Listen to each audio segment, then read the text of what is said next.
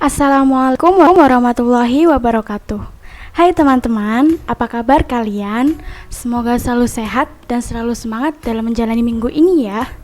Dalam video ini, saya Mara Konita Tila dengan NIM 2005121404 dari kelas Sistem Informasi 2020B akan menjelaskan tentang standarisasi jaringan komputer. Selamat menonton. Nah, sebelumnya saya akan menjelaskan definisi tentang jaringan definisi standar jaringan. Jadi standar jaringan dapat disebut dengan protokol, merupakan kebutuhan akan interkoneksi antar komputer yang menyebabkan komputer dapat saling berkomunikasi melalui jaringan. Nah, standar jaringan ini ada dua, yaitu OSI dan juga TCP/IP. Sekarang mari kita bahas tentang OSI dulu. OSI atau Open System Interconnection merupakan acuan yang digunakan untuk standarisasi komunikasi secara global. Di era tahun 1970-an, perangkat komputer dari vendor yang berbeda tidak dapat saling berkomunikasi. Contohnya, alat komunikasi yang diciptakan oleh IBM tidak dapat berkomunikasi dengan vendor lain. Oleh karena itu, dibentuklah OSI oleh ISO atau International Standard Organization. Dengan OSI ini, pada akhirnya perangkat-perangkat komputer yang diciptakan dari vendor yang berbeda dapat berkomunikasi untuk mengirimkan data. Nah, OSI sendiri memiliki 7 layer, yaitu layer ke-7 application, layer ke-6 presentation, layer ke-5 session, layer ke-4 transport, layer ke-3 network, layer ke-2 data link, dan layer pertama adalah physical. Sebelumnya saya akan menjelaskan satu persatu tentang 7 layer ini. Nah, application layer itu adalah interface yang digunakan oleh user atau bisa disebut ya komputer lah ya. Lalu untuk presentation, dalam layer ini data yang akan dikirim itu akan dikonversikan supaya dibaca oleh data, dan di layer ini akan dilakukan enkripsi dan deskripsi. Yang selanjutnya adalah session. Session ini bertugas untuk mengatur aliran data dan mendefinisikan koneksi yang dapat dibuat, dipelihara, dan dihancurkan. Selanjutnya, di layer transport berfungsi untuk mengatur flow, control, dan acknowledgement. Pada layer network, menentukan alamat IP dan rute yang harus diambil, dan pada layer network ini di mana perangkat router itu bekerja. Dan di layer data link menambahkan MAC address, yaitu tujuan kemana data itu akan dikirimkan. Dan layer yang pertama, physical, dia bertanggung jawab untuk mentransfer data melalui media, seperti medianya melalui kabel atau yang lainnya. Nah, proses pengiriman data yang dimulai dari layer application sampai dengan physical dari komputer pengirim, proses ini disebut dengan proses enkapsulasi. Dari data dari layer application dikirimkan sampai melalui proses sampai ke layer physical. Kemudian dikirimkan ke perangkat lain. Nah, perangkat lain ini menerima dari layer physical hingga application sehingga data bisa ditampilkan di komputer penerima. Nah, untuk komputer penerima ini mulai dari layer physical hingga application ini bisa disebut dengan proses dekapsulasi. Selanjutnya, kita akan membahas tentang TCP/IP. Oke. Sama seperti OSI, TCP/IP merupakan acuan untuk standarisasi komunikasi secara global.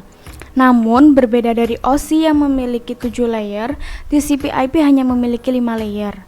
Yang awalnya hanya memiliki 4 layer, kemudian dikembangkan menjadi 5 layer.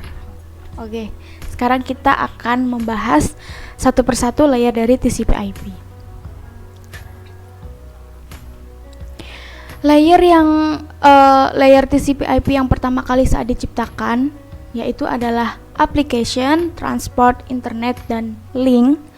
Kemudian dikembangkan menjadi seperti ini: application, transport, network, data link, dan physical. Jadi di versi yang terbaru ini internet diubah menjadi network dan link dipecah menjadi data link dan physical. Oke, ini adalah fungsi-fungsi dari layer di TCP/IP. Application, di application ini protokol yang digunakan seperti HTTP, FTP, dan SMTP.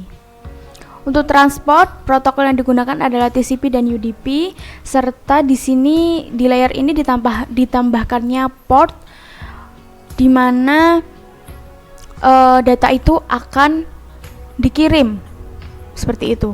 Dan protokol yang sangat terkenal yaitu TCP dan UDP. Nanti kita akan membahas tentang perbedaan TCP dan UDP. Kemudian di layer network menentukan alamat IP, dan disinilah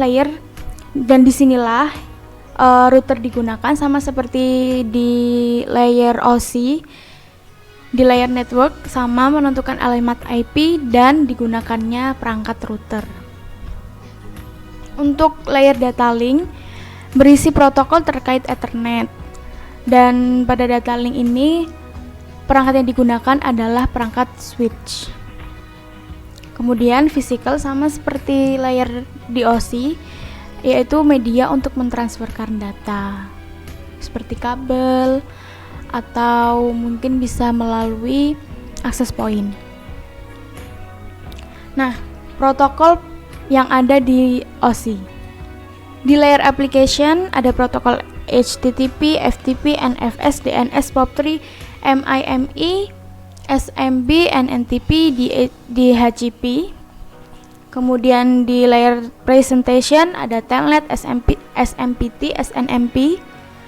Di layer session ada NetBIOS, NetBIOS, ADSP, PAP, SPDU. Di layer transport ada TCP dan UDP, sama seperti di layernya TCP/IP. Kemudian pada layer network ada IP atau Internet Protocol, ARP, IRP, MCMP. Di layer data link ada PPP dan SLIP. Sedangkan di physical sendiri tidak memiliki protokol yang spesifik, karena physical ini lebih ke perangkat yang digunakan untuk mentransferkan data atau biasa disebut media transmisi.